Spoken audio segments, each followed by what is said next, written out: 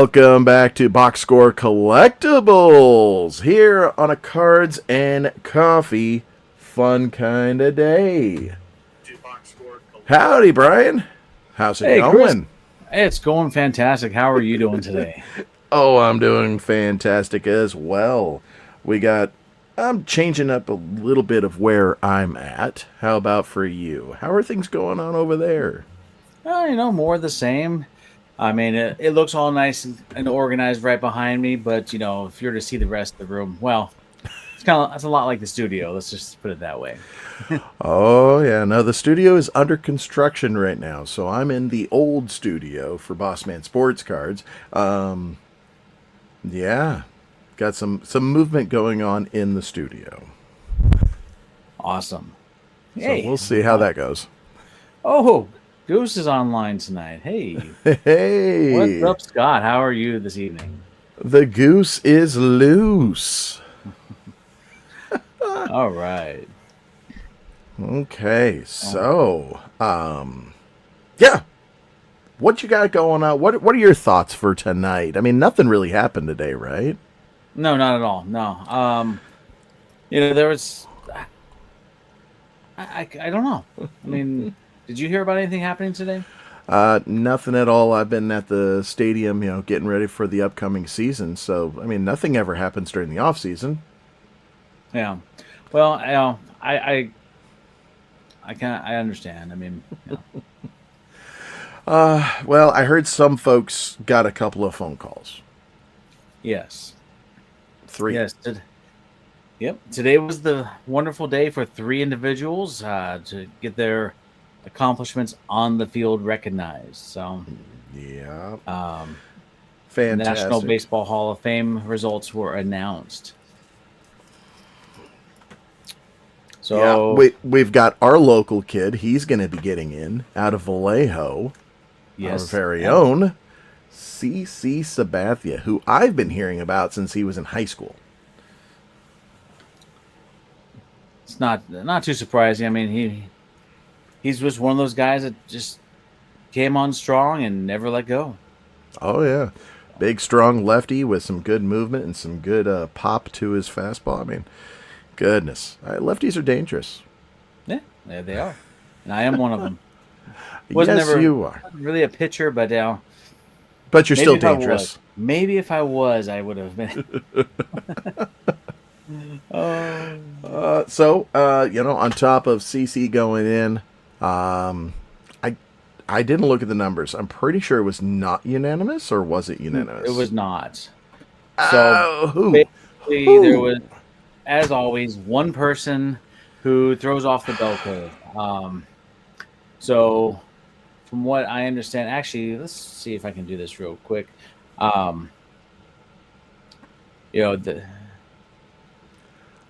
While you're doing that, I mean, honestly, who would not think of Ichiro as a Hall of Famer? I don't understand the mindset of writers. I have never understood the mindset of writers, and it's just, I mean, I don't want to go political, but fake news. Oh, unfortunately, it's not fake news. Ah, man. And Carlos Beltran being that close over Andrew Jones. Yeah, that's kind of crazy. We'll talk about that in a few, but basically, Yeah. this is how the voting shook out. I mean, 99.7% of the votes for Ichiro. Overall, just kind of a fantastic career for him. I was kind of surprised that he didn't get the unanimous because, It's ridiculous. and then CC Sabathia getting was it 86.8%? Yep, looks like That seems about right. And then Billy Wagner making the big jump up into the 80s this year. So congrats to him as well. Yeah, congratulations. Once again, we'll have some more to talk about. And Carlos Beltran coming in 4th in the voting. Yeah. Andrew Jones coming in 5th.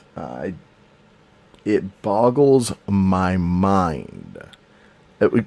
we were kids of the 80s, 90s, and early 2000s. Mhm. The Carlos Beltran years. He came in what, 93 with the Kansas City Royals. Never as a baseball fan did I ever go, "Uh-oh, Carlos Beltran's going against my team. I'm scared. He's going to beat us." No. Yeah, exactly. He may have been the best on his team when he was with the Royals, but at the same time, there was nobody around him, so there wasn't really anybody that was going to pitch to him, so that way he can do the damage that you would expect from one of those feared hitters. Fair enough. Fair enough. But still, I mean, even when he was with the Mets, never was scared of him. Who else did he play for? The Astros. Never scared of him. Not someone that came to mind. I know he made the All-Star team a couple of times, but no. Well, Over Andrew Jones? since we're talking about those outliers, the two guys that came close but not quite, we'll jump ahead. So basically, Carlos Beltran got 70.3% of the votes. He was an All-Star 9 times, not just a couple, but 9 times, and a 3-time Gold Glover. That's kind of like what stood out in his resume. Yes, he was a World Series champion in 2017, but we put the asterisk on that one. Just Yeah. because of everything that came out afterwards. I'm not making any kind of judgments, just stating what happened afterwards. But then you compare him to Andrew Jones, who got 66.2% of the vote. He was a 5-time All-Star, 10-time Gold Glove Award winner. And then 7 times in his career, 30 or more home runs, including a 51 home run season. So he had the power. He's got the glove. Mm-hmm. Who did he piss off? What writers did he piss off? I don't know. But it is. It's quite likely because since he's showing increases year over year, that next year could be his year. I mean, just needs about another 9%. He'll get there. But let's take a look for a second. I showed the rookie cards for both of these guys here. Look at the 1996 Topps Andrew Jones rookie, number 433. Now, you want to talk about some star power there. I mean, the two guys in the middle alone, oh, dear God. Yeah, absolutely. Vladimir Guerrero Sr. and then Andrew Jones. I mean, then there's Brian Banks on the left who, let's be honest, he was a Stockton-Port legend. He played in 94 for the Ports for about 67 games, and that's about it. I know he actually had some major league time, but all kidding aside, those two guys in the middle. Yeah. I mean, that is a definite, fantastic prospects card. How Topps used to do it in the mid '90s. Love it. Yeah. I went with the 2000 Topps here because it's the Rookie Cup card. Because really, his rookie card is listed as the 1995 Topps traded. Now, since we're cards and coffee, one thing I thought was kind of amusing was there was just a little bit of confusion from Topps in 1995. The Carlos Beltran card, number 18T, has a photo of Juan LeBron on it. And the Juan LeBron card, 12T, has the photo of Carlos Beltran. So I guess if we really want to have the true Carlos Beltran rookie card, you kind of need both of those. So that way you can have the photo on the front and then the name on the front and then the stats on the back. It's always got to be about LeBron with cards, doesn't it? Yeah, sure. I mean, this LeBron, not quite the same. But goodness gracious. Yeah, well, at least it's good to know that the quality control hasn't always been as top-notch as it is now. Right. And these are draft picks. These were not, international signings where, you got about 15 to 20 guys running around with, and you're not sure who they are. I mean, these are draft picks. You should know who they are. Topps. Gotta love them. All right. So hey, I like that you put the 2000 up there because, that's good stuff.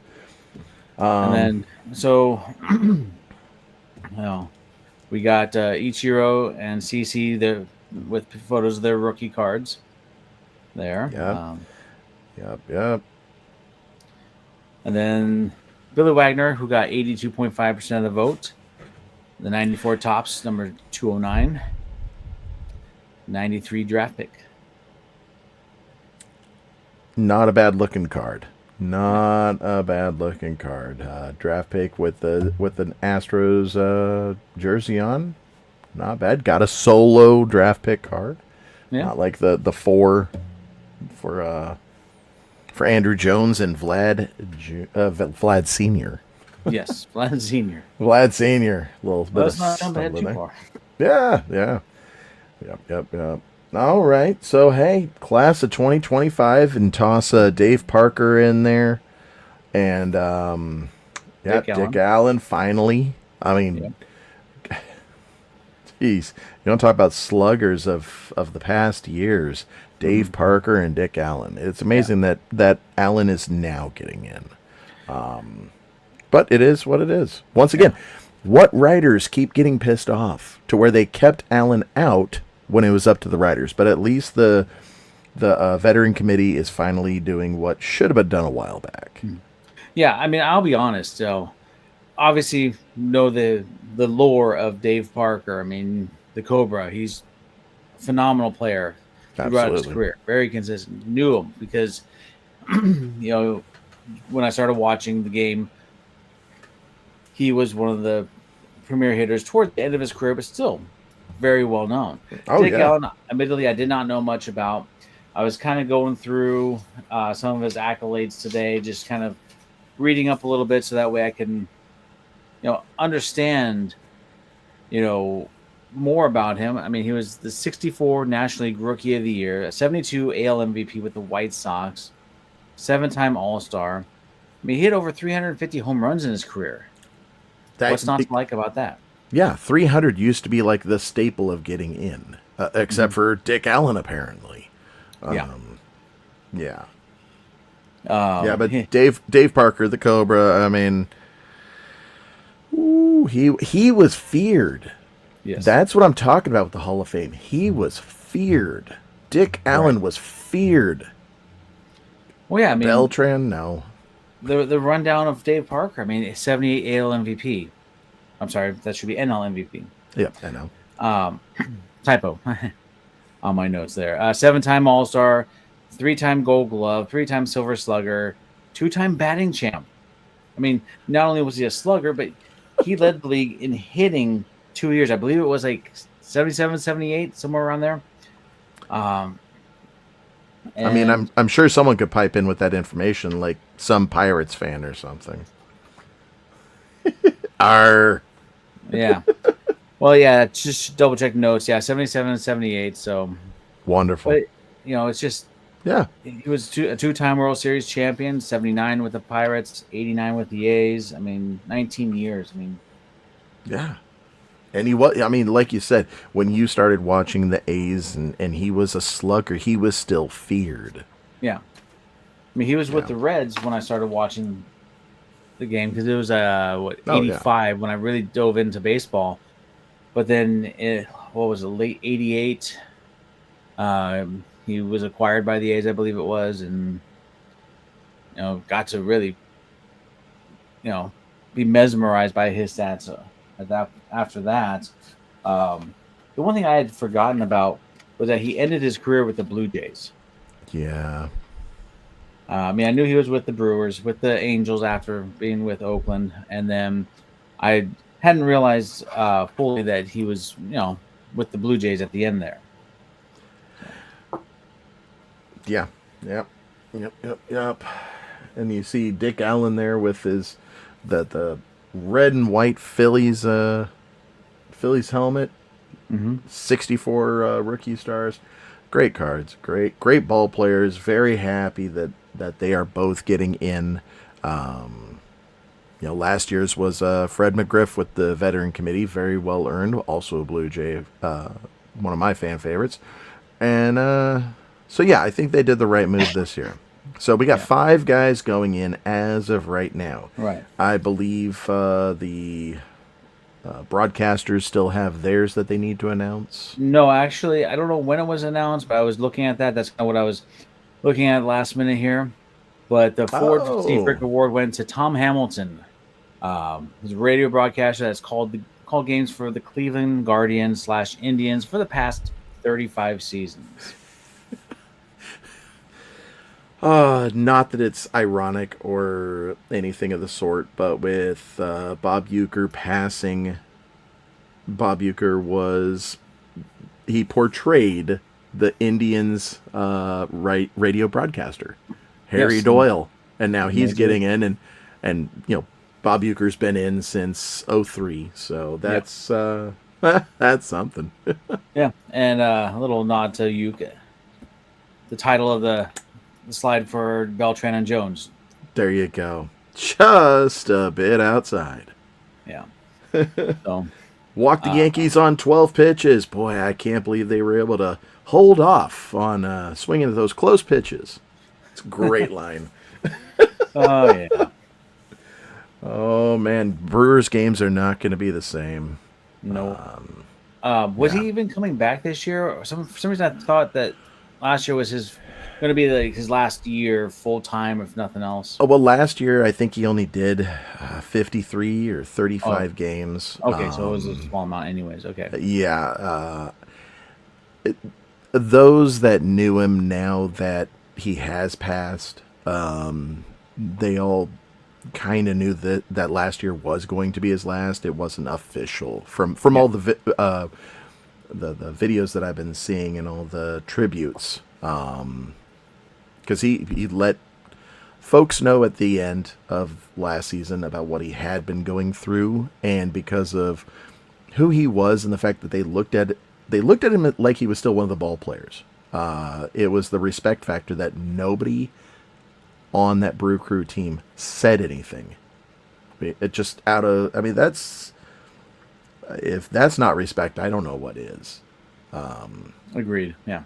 Yeah, I mean, I saw a interview with, or heard an interview with Christian Yelich, and he had been pulled in to talk to Uke at that last game, and he refused to say why he was so sad.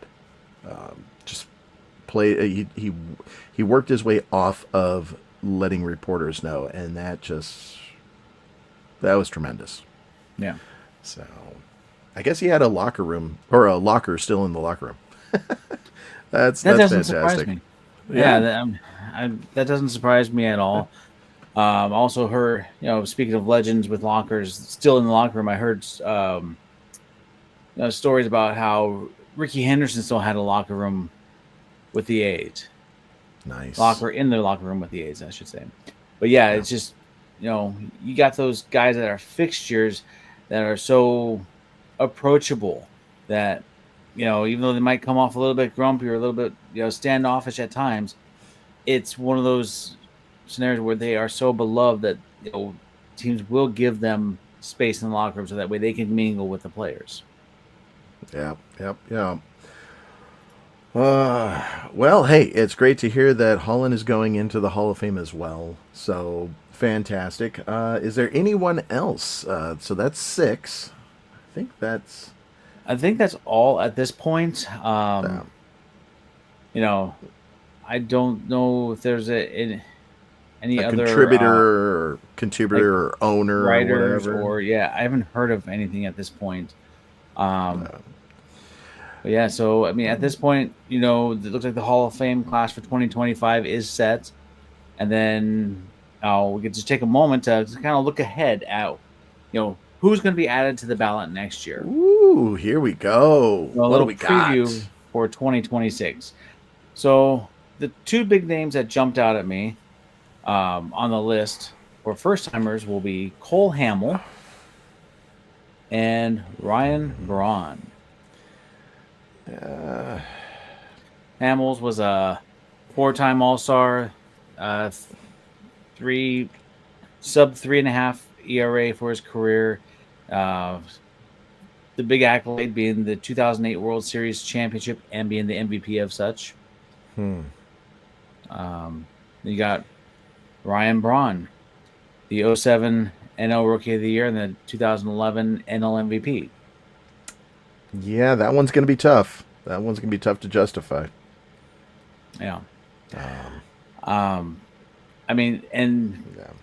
to me, that kind of this Hall of Fame ballot is going to be, in my opinion, one of the weaker ones in recent history. Which will be a good thing for Andrew Jones. Yeah, there's And I nothing wrong guess with these guys. I feel like these guys are potential Hall of Famers, just not necessarily first ballots. Yeah. Nothing there jumps out. Please tell me you're like hiding someone on the next slide. I am, but it doesn't get any better. Oh, what do you got you may for have us? a different opinion. You may have a different opinion. I don't know. But if it's a Blue Jay or a Mariner, I probably do. other Okay. first Hunter Pence, Alex Gordon, Edwin Encarnacion, Shin Soo Chu, Matt Kemp, and Rick Porcello. Ooh, Exactly. yeah, it doesn't really get much better. I mean, Encarnacion had a couple of good, strong seasons up in Toronto. Nothing more than that. Hunter Pence, I mean, 3-time World Series champ. If you talk to anybody in San Francisco, absolutely. If you talk to anybody outside of San Francisco, not a chance. No, maybe in Houston. he was a good player. He was a very big fan favorite in San Francisco, but definitely not somebody that I could see getting more than 40% of the votes. I mean, Yeah. you look at some of the guys on the list that were kind of in that the 20 to 40 and percent range this time around. It's just there are guys that are much better than Hunter Pence. Yeah. I mean, Andy Pettitte, Manny Ramirez, to name two. Yeah. Hey, maybe this will be Manny's chance to get in finally. Andy Pettitte. Jump. I'm just talking about that 20 to 30% range, 20 to 40% range. It's like I don't know. It's getting to a kind of an awkward moment here for the next year, in my opinion. Yeah, I think absolutely. that's going to really push Beltran and Jones to be headlining the class of 2026 for the Hall of Fame. Who go back to if you can go back to the slide of who was 6th and 7th in voting. Well, that would be the. I'd have to share the screen, so let me do that real quick. Ooh, wait.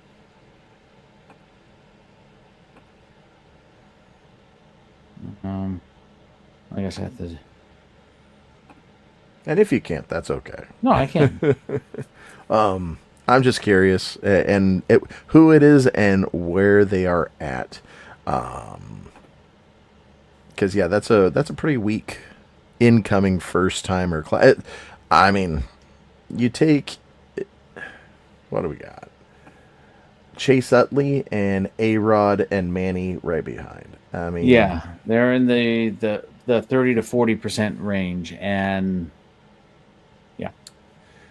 I mean, maybe because it is such a weak incoming class that they can sneak in. They can do that huge 35 to 40% bump just because there's no one else. I do remember some writers, they're not going to just put in 10 because that's what they're allowed. They'll just put in who they think should be. And I'm okay with that. I'm not okay with 99.7% for Ichiro, but I mean, let's be honest. Didn't the same exact thing happen to his former teammate? Oh, absolutely. Absolutely. And that's what leads me to believe that it is a New York writer because Jeter got in with 100%. He did not. No, who was it? Mariano. Yeah, Mariano. And that was a no-brainer. I mean, come on now. Let's be honest. Oh, absolutely. And that's one of my arguments against Billy Wagner is I don't recall, once again, the fear factor.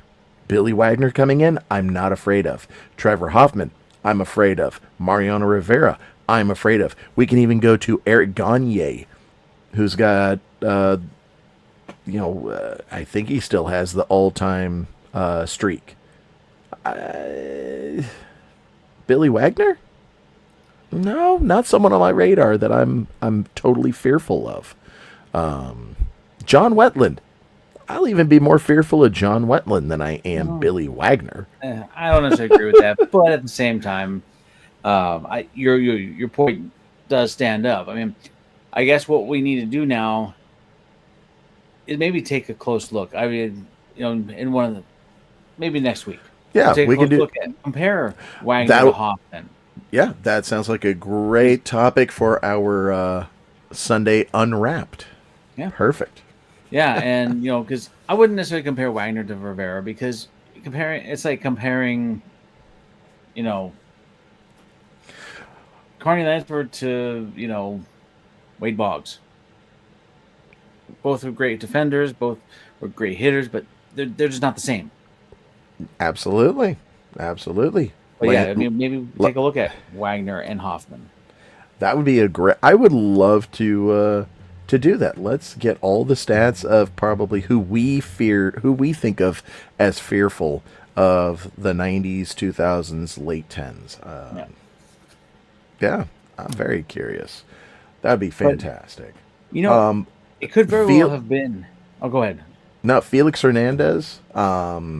Rounding out, what is that? Number 9, 2, 4, 6, 8. Felix rounds out the top 10.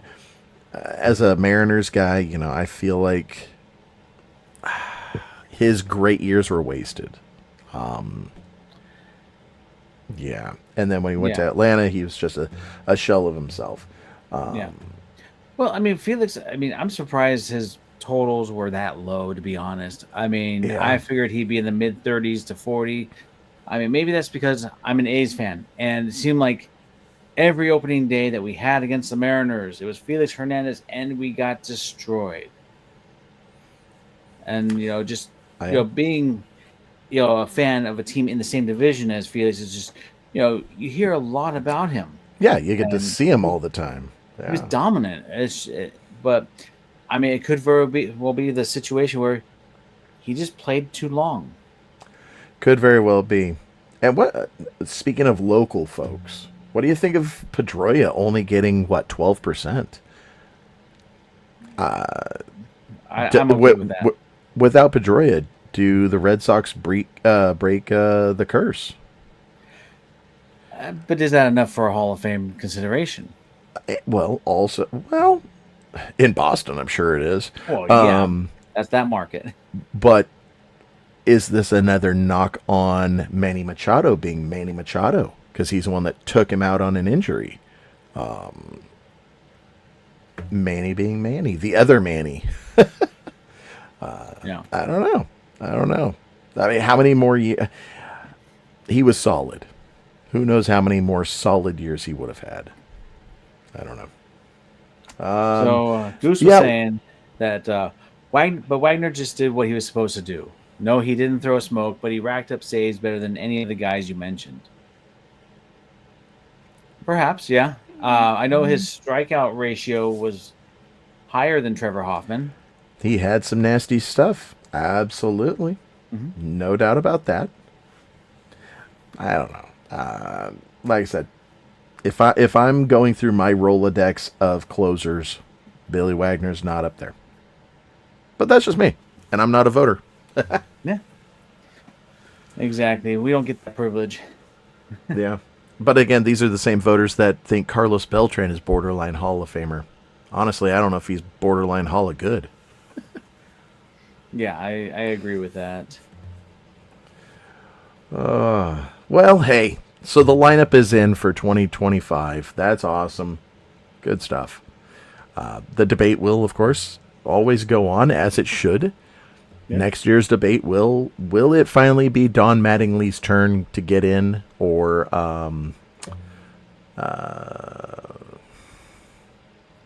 the name just escaped me from the Braves, Dale Murphy. Which one of them is going to get in on the committee, the veteran committee?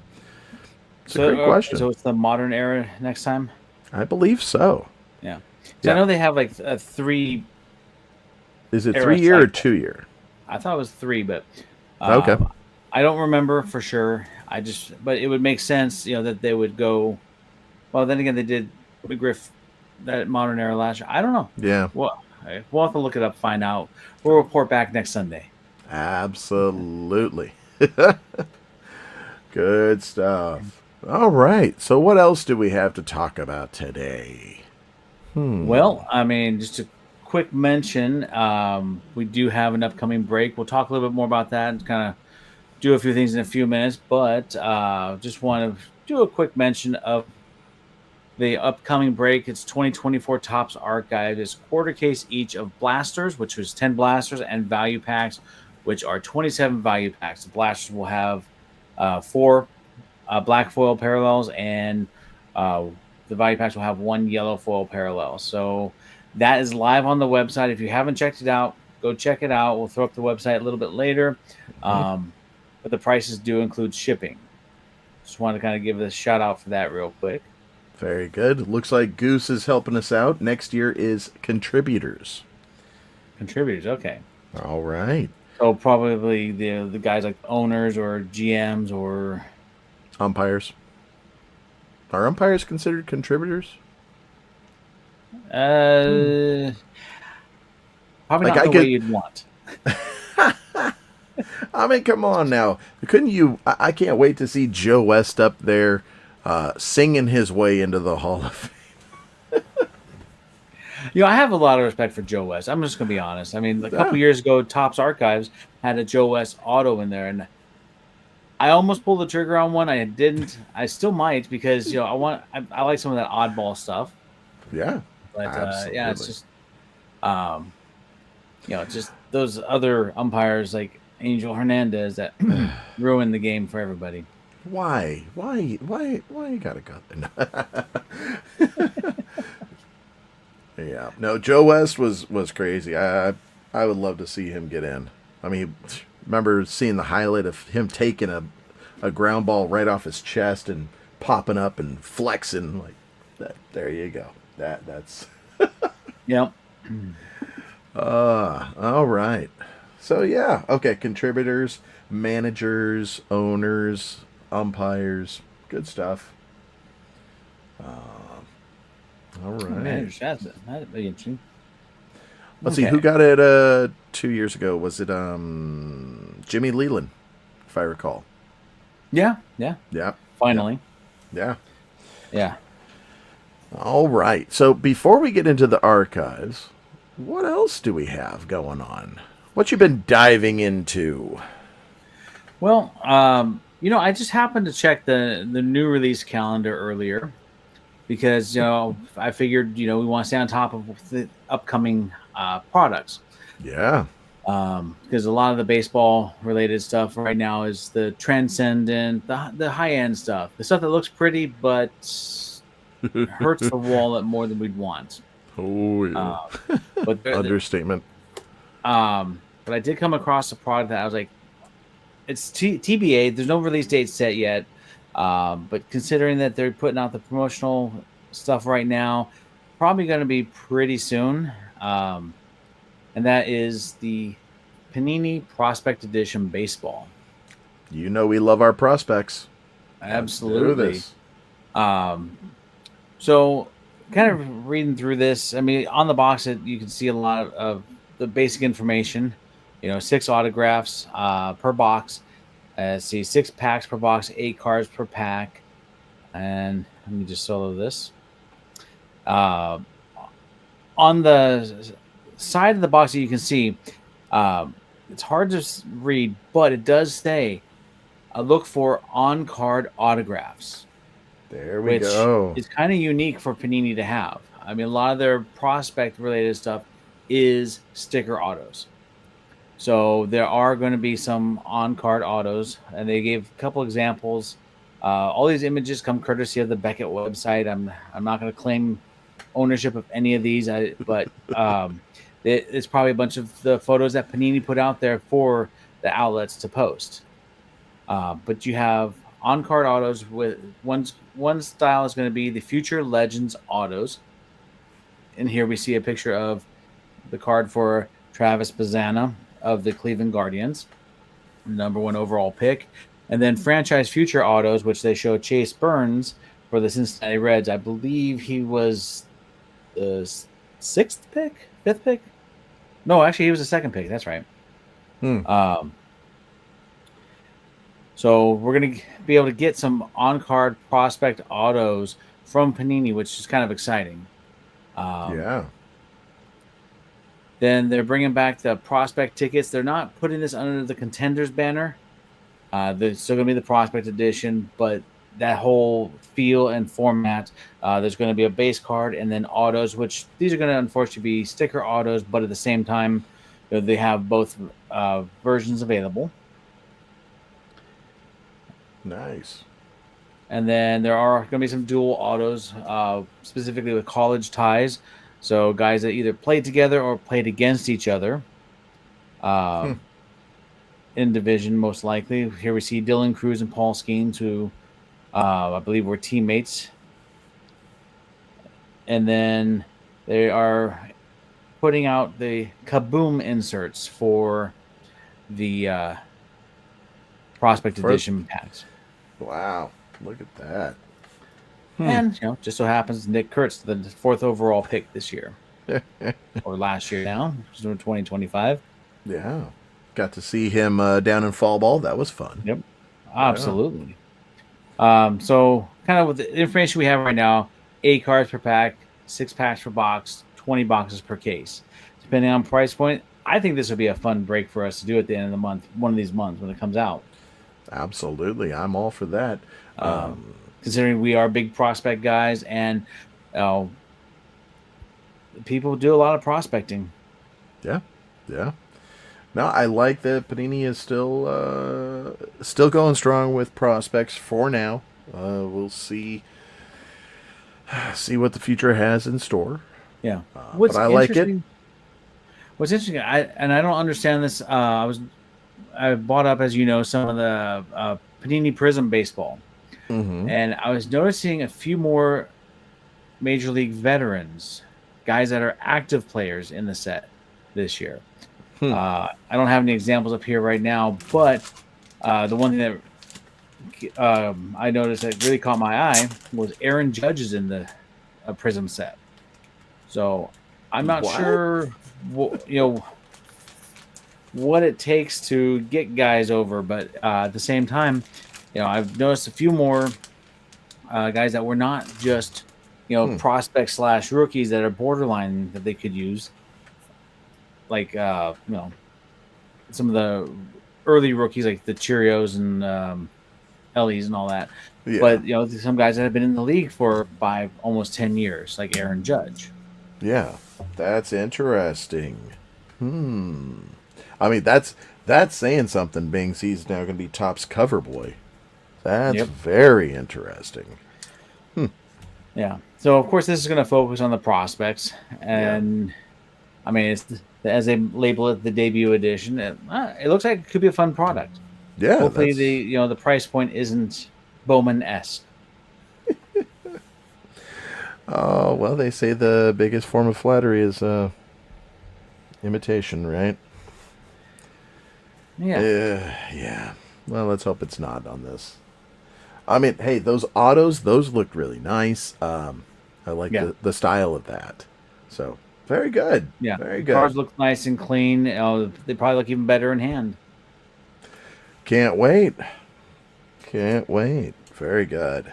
All right. So that's exciting. I'm glad you found that. Well, what I've got, Bings, we are going to be going ahead and doing a quarter case break of archives of both blasters and value packs. I went out and got another blaster to open just to remind folks how cool archives is this year. I'm definitely enjoying the 2024 offering of archives. So nice. Let's add it to the stage. I'll let you go ahead and maneuver all the screens around. But yeah. We'll do this. There we go. So hopefully with the new camera, it's not going to be as grainy as it was in past openings. Let's check it out. Once again, we're back on the old Bossman Sports Card stage. Because the studio is under renovation. All right. Always excited to open up some new stuff, especially when we're talking about doing a break of it. There we go. Archive. So, remember, the blasters have 7 packs with 8 cards in each of them. You get 4 exclusive black parallels per box with the blaster. Let's go ahead and see if we can find a few, plus some other good stuff. What do we got in pack number 1? Oh, hey, we got Julio. I need to practice putting the cards at a certain angle with this camera. Sanga, nice Cal Rally. Got a couple of Mariners in here. And hey, ooh, Ellie. What we got here? At the break. You know, Nice. I do like these inserts. Yeah, the inserts they use this year they look good. I mean, yeah, some of the inserts I hadn't seen, when they first came out, because they were kind of in that black hole period for me. Like the Own the Game, that was I think in 2006, and then the At the Break was a 1995. I want to say Topps Traded insert, if I'm not mistaken. I believe so. I believe so. That was kind of my dark period as well. All right. I'm going to go ahead and open up these 3 packs at the same time. If you haven't opened up archives in the last couple of years, the packs are the wrappers are a little bit more difficult than your normal pack. Mm-hmm. They're a little bit more heritage-like these days. Yeah. All right.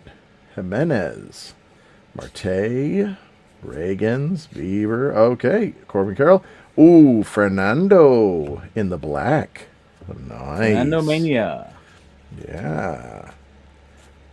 All right. I mean, in typical Topps fashion, the centering is not that great. So, but if they're all centered great, then the 10s wouldn't be worth as much. Goldschmidt and Stan the Man, Jazz, Lugo, Nemo and Alcantara, Shea Langleers, Wrecking Crew. There we go, you A's fan, you. All right. Get that red up there. All right. Tucker, Bellinger, Jeffers, Chipper Jones, Alonso. Very interesting. Alonso's still a free agent. Where's he going to go? Don't know. Ooh, Sal Frelick. Nice rookie. All right. Nice. And Key Bryan. Ellie rookie. And Priester are right behind. I'm going to go ahead and sleeve up the Ellie. So it looks like the Wrecking Crew insert was from the 1996 Topps Series 2 baseball. Oh, 96 Series 2. Okay.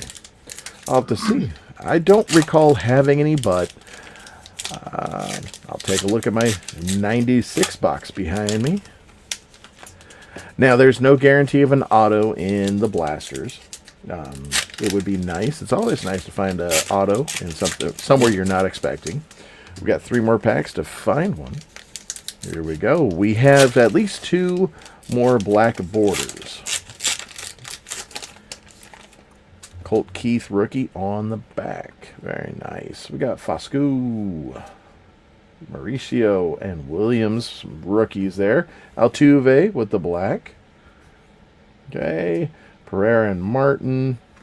Torrey, Willie Mays. Very nice.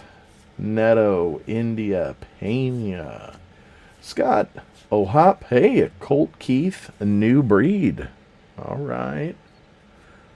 And we got some really good rookies this past year. This has been an impressive rookie crop, in my opinion. Oh, absolutely. And the new breed was from the 1999 Top set. Nice. Okay, and Riley Green will be the last of the black. Harris and Colt Keith, rookie there. We'll go ahead and sleeve that up. Toss that over with Ellie. Okay, O'Reilly.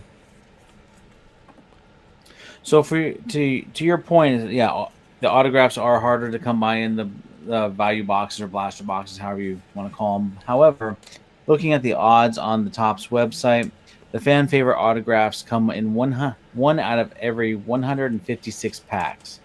Okay. So that might be a little bit more than a case, if I'm not mistaken.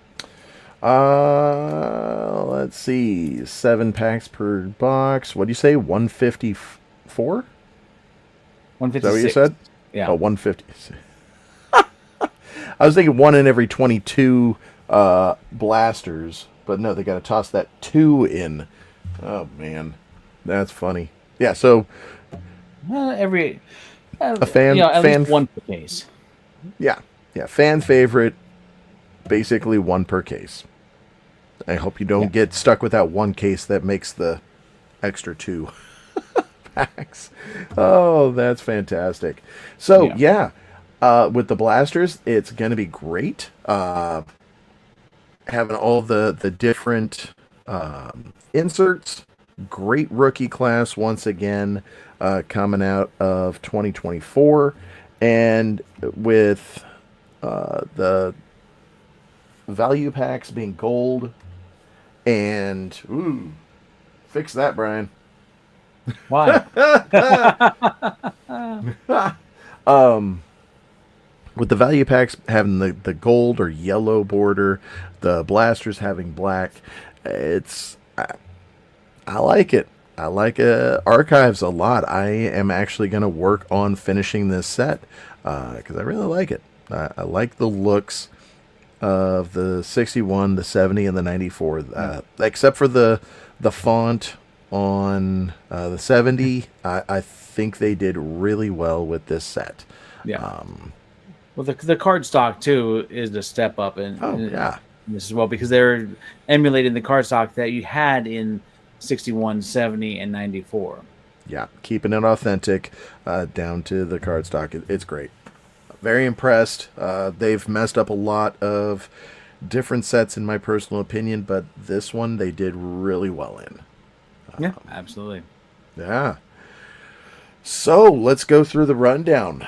What do we got going on? Nothing tomorrow. We've got our Throwback Thursday on Thursday. We're going to be taking probably our last look back at 1989, which was the 35th anniversary set for the 2024 year. Friday, I haven't seen anything that's a Fresh Friday worthy, so we probably won't have an episode on Friday. And then Saturday, we got our quarter case break. Yep. Head on over to boxscorecollectibles.com and get yourself in on it. It's going to be Archives, value packs, and Archives blasters. You just saw a blaster open. Lots of fun stuff. I'm having fun with it. I hope you guys are as well. Get in there, buy your team. Yes, we're selling it by the team, not by random. And all those prices do include shipping. We put another option in there. If you want all the cards that you get sleeved up, it'll be $1 more. If you want them protected, especially, all the top rookies, all the parallels, all the inserts, they're going to be sleeved. Don't worry. But if you want all the other base sleeved up, it's just $1 more in the BCW penny sleeves. Yep. Yeah. Yeah. So, go over to Box Score Collectibles. Sell out this break and let's have some fun on Saturday. Yeah, absolutely. Woo, Saturday's going to be packed for me. We're doing the job fair at the stadium. I'll be hiring my next year's promo crew. That's going to be exciting. Last year the promo crew was already set before I took over. This year I get to pick who I have on it. On the last year of the Modesto Nuts. Yep. And then maybe I'll move on to a AA team, or if I'm still around the area, maybe I'll help out with the ports here and there. Nice hat, by the way. Yes, thank you. Thanks for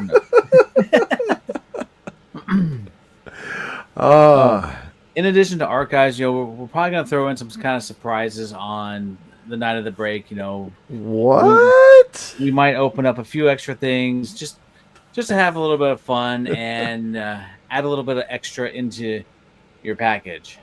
There you So, go. I mean, who knows what it's going to be yet? But we're going to try to have some fun with this because this is our break. We're collectors first, so we want to have fun. Absolutely. That's how we roll. What do we honestly, as collectors, think would be enjoyable the most? And we try to roll with it. Some of the people at the card show this past weekend were like, "You guys have a great setup." We said, "Yeah," because we think like a collector because we're collectors. Yeah, exactly. And I can't tell you how many people commented on that. And that was the other attraction to the through the decades boxes. You know, we had one guy that hadn't been collecting for a while. He was a Reds fan that was telling me that he's kind of flipping through. He's made a comment about Elliot. He's like, I hope this guy really pans out. He's good so far. Hopefully, he just stays that way. And he was telling me he hadn't collected really since '86. So directed him over to the through the decades. It kind of picks up where he left off and gives him an opportunity to see what he's missed in terms of the cards. And I'm sure he's been watching the game since then. And it might even give him something to talk to his family about. Someone who might be getting interested in baseball. And that was the concept behind Through the Decades to begin with was, can the adults show the kids how collecting was back in the day and let them feel like a kid all over again. Once again, is something that as a collector I would love to find. So if you got a repack out there that or a mystery box that seems like fun, hey, send it on over our way. Hit us up in the chat. Let us know and let's talk. Yeah, absolutely. All right. Well, hey Brian, do you got anything else that you would like to chat about or anything? Anything you got on your mind? Nothing appropriate for here. Fair enough. I'm kidding. No, I mean, basically for us with Box Score, we are looking to get set up at the Fresno show on February 8th. That will be our next public appearance. As always, our website is open. If you're looking for something specific, send us an email. Don't hesitate to ask. We've got so much stuff. We might have it. Unless you're looking for a PSA 10 Jordan rookie. I mean, can't guarantee that.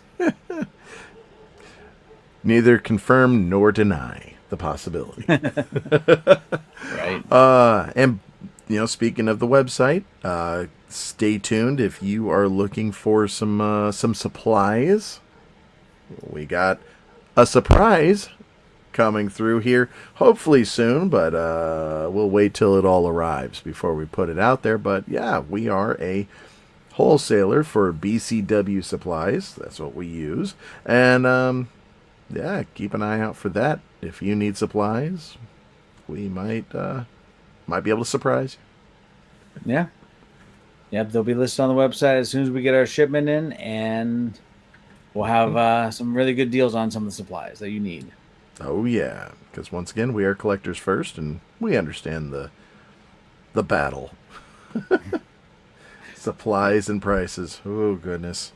No, we truly believe that penny sleeves should be penny sleeves still. So, if that's any kind of clue on how we're going to operate, there you go. All right. Well, hey, I don't know about you. Cards and coffee. My stomach is growling. I'm going to go inside and get some coffee and maybe some food. All right. Sounds like a plan. All right. Well, hey, thanks for hanging along. Thanks for tagging along and listening to us talk about the Hall of Fame and checking out some of the cards. Well, what you got, Brian? Send us off. Thanks, everyone, for joining us, and we'll see you on Sunday with Box Score Unwrapped. And I will see you on Thursday with Throwback Thursday, looking back at 1989. All right. This is the Boss Man here for Baseball Cards. Box Score Collectibles. We are out.